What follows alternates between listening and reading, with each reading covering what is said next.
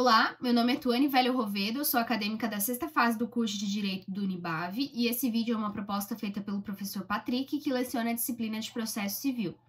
Nesse momento eu vou falar um pouco sobre o agravo de instrumento, que é uma das espécies de recurso. Mas antes de entrar propriamente no tema, eu gostaria de explicar o que são recursos.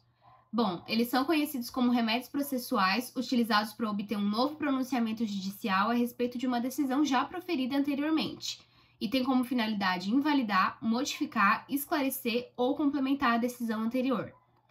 Uma das espécies de recursos que a gente tem é o agravo de instrumento, que tem previsão legal entre os artigos 1015 a 1020 do Código de Processo Civil, e está relacionado ao recurso interposto contra as decisões interlocutórias, que são aquelas dadas durante o curso do processo.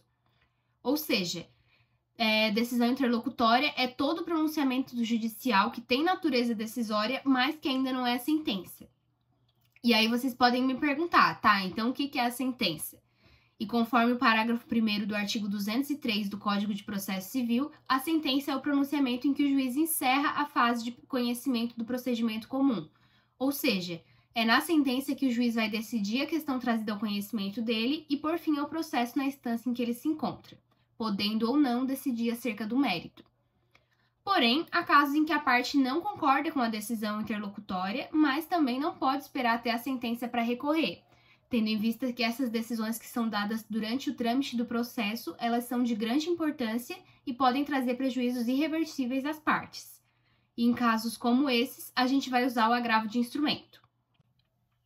É importante ressaltar que há algumas regras que ditam os casos em que é cabível o agravo de instrumento, que estão lá no artigo 1015 do Código de Processo Civil. E apesar de haverem divergências quanto a esse rol ser taxativo ou não, o STJ entende que, na verdade, ele é de taxatividade mitigada, ou seja, ele é apenas exemplificativo. Porque há casos em que não se enquadram no rol, mas que também não há possibilidade de aguardar até a sentença para recorrer.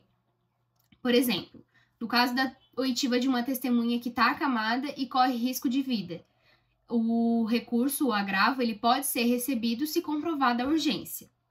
O agravo deve ser interposto no prazo de 15 dias úteis a partir da intimação da decisão a ser agravada pela pessoa que se considerar prejudicada. Pela pessoa, no caso, a parte do processo. E deve se dar de maneira escrita, dirigida diretamente ao tribunal. Quanto aos efeitos, tem-se em regra que o agravo ele tem efeito apenas devolutivo, que é a devolução da matéria recorrida para nova apreciação.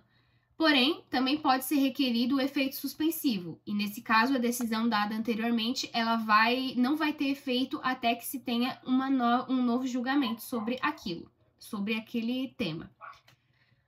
A petição de interposição deve conter o nome das partes, a exposição do fato do direito, as razões do pedido de reforma ou de invalidação e o próprio pedido. Também deve conter o nome e o endereço completo dos advogados constantes no processo. E apesar de não ser uma exigência, ela deve ser organizada em duas partes: a petição de interposição, que é o que eu falei agora, e a minuta do agravo ou razões recursais, que é onde o agravante vai inserir a exposição do fato do direito, além das razões do pedido de reforma ou de invalidação da decisão e também o próprio pedido. É isso, eu espero que eu tenha ajudado de alguma forma. Obrigado pela atenção.